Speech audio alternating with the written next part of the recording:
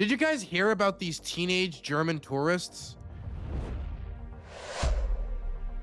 Two German girls come to Hawaii because, Hawaii is beautiful. It's a, beautiful island, has a booming tourism industry, even if it is not controversial to many locals. And, they want to have a nice Hawaiian American vacation. But they get held by Customs and Border Patrol at the border. And the reason they got held at the border and eventually were detained before being thrown out of the country was because of their quote unquote suspicious hotel booking, i.e., that they didn't book their hotel before landing. Two globe-trotting German teenagers had their travel plans upended when they were denied entry to the U.S. and detained by border officers who called their trip suspicious. Charlotte Pohl, 19, and Maria Lepre, 18, from Rostock, about 140 miles north of Berlin, had already visited New Zealand and Thailand as part of their around-the-world trip after graduating from high school. Upon arriving in Honolulu on March 18th with hopes of island hopping the Hawaiian Islands, the teens were allegedly denied entry into the U.S. despite holding the required electronic systems for travel authorization, according to the German newspaper Ostsee-Zeitung. Pohl and Lepre were interrogated in Honolulu International Airport for hours and allegedly subjected to body scans and strip searches before finally U.S. Customs and Border Protection agents denied them entry to the country and said they would be deported.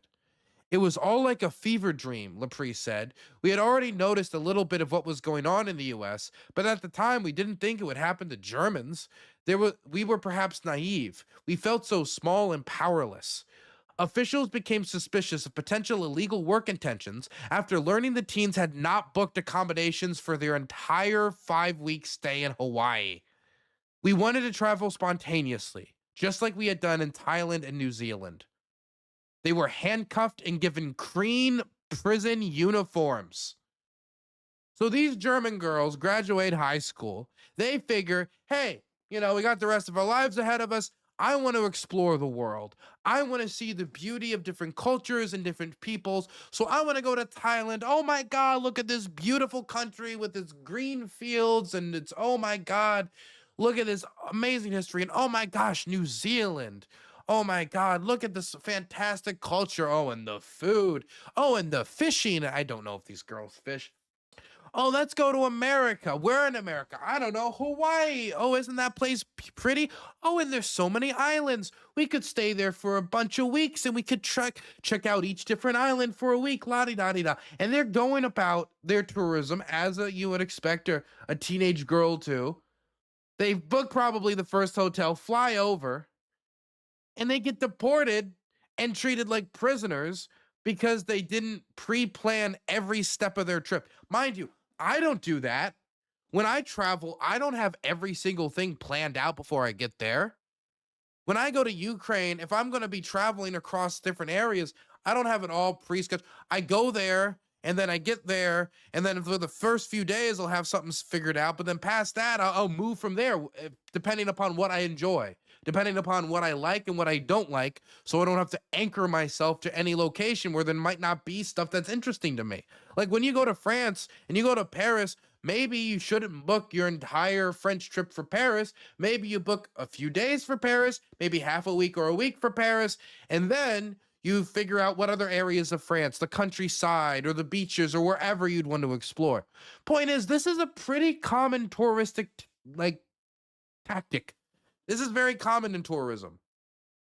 This is not uncommon. I do this all the time. Probably to my own detriment in a few examples, but I like the flexibility. I like being able to go do stuff at a whim. It's nice. And these girls are treated like prisoners for that. Mind you, in Hawaii, tourism is the industry.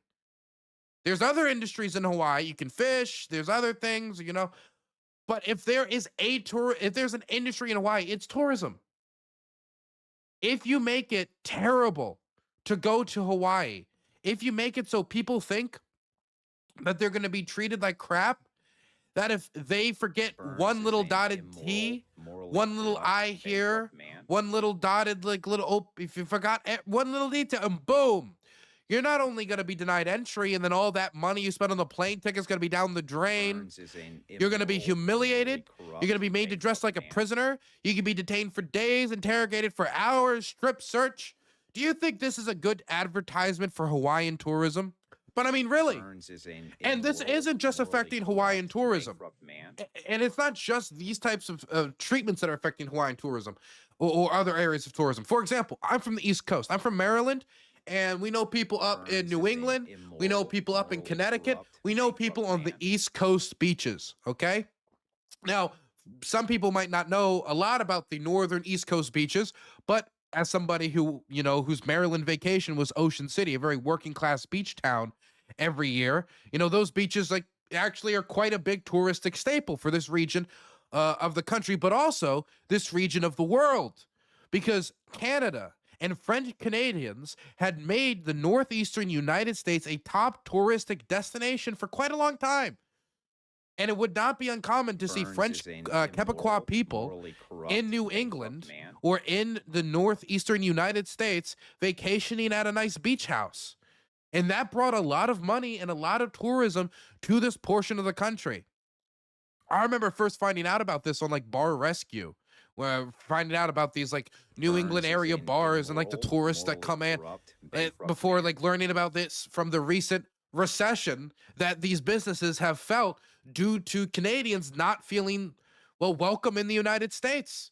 And these business owners are coming out and they're publicly saying, look, I'm talking to these people. These Canadians come to me and they say, we are not coming here because the country that we would be contributing to and giving taxes to is talking about invading us, is talking about us like we're a state, is talking about us like we don't matter, talking about us like we didn't send our boys to die in Afghanistan on the beaches in Burns is Normandy with an the rest of us. immoral, morally corrupt, And so we bankrupt don't want man. to financially contribute to a country that is our enemy, which makes sense.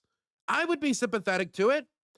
If Mexico all of a sudden was like, we're going to conquer Texas and a reconquista and we're going to revenge the Alamo or whatever, then, I probably would not make Baja California my top tourist destination. Not to say that it would 100% dissuade me. I would say I like to go to untraditional destinations in my exploration ventures, but it makes sense.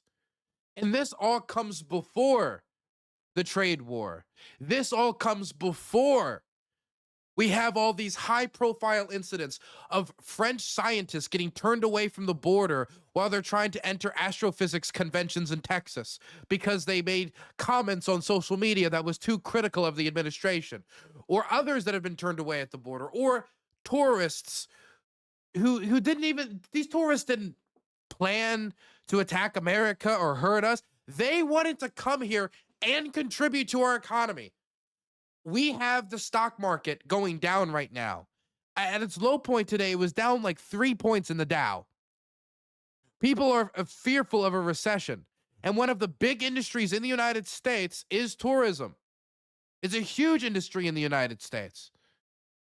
And we're going to try to, after putting tariffs on chips, after putting tariffs on steel, after putting tariffs on copper, after putting tariffs on wood, after putting tariffs on electronics, after putting tariffs on all these different agricultural products, after putting tariffs on agricultural industrial goods, after putting tariffs on this, that, everywhere, and declaring a tariff war on the world, we're going to also say, let's make it so America's an uninviting place to travel to.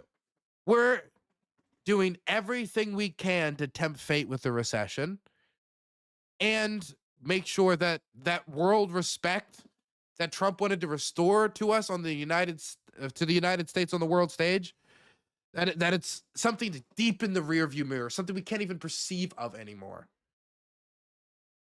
If I was reading about this and I was looking at countries to travel through, because you know what I'm gonna do this Friday? I'm flying out of the United States.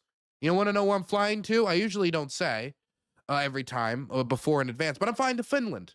And you want to know why I can say that? Because my vacation trip is go to Finland, find a cabin, and be by myself in the woods for a week. Okay? It's been a tough year, and I just want to be alone in my woods for the week before going back to the front line in Ukraine. Now, if I was planning to go there and I started hearing about U.S. citizens getting detained in green jumpsuits because they didn't plan every part of their trip, that make me think, okay, maybe I should go to Sweden instead. Okay. You know, the Swedes look down on the Finns anyway. You know, might as well go join the hoity-toity Swedes. Donald Duck was never that good to begin with. Point is, this is something that's going to be poison to tourism. And tourism makes up a huge percentage of US GDP. The last time I checked, actually, let me double check.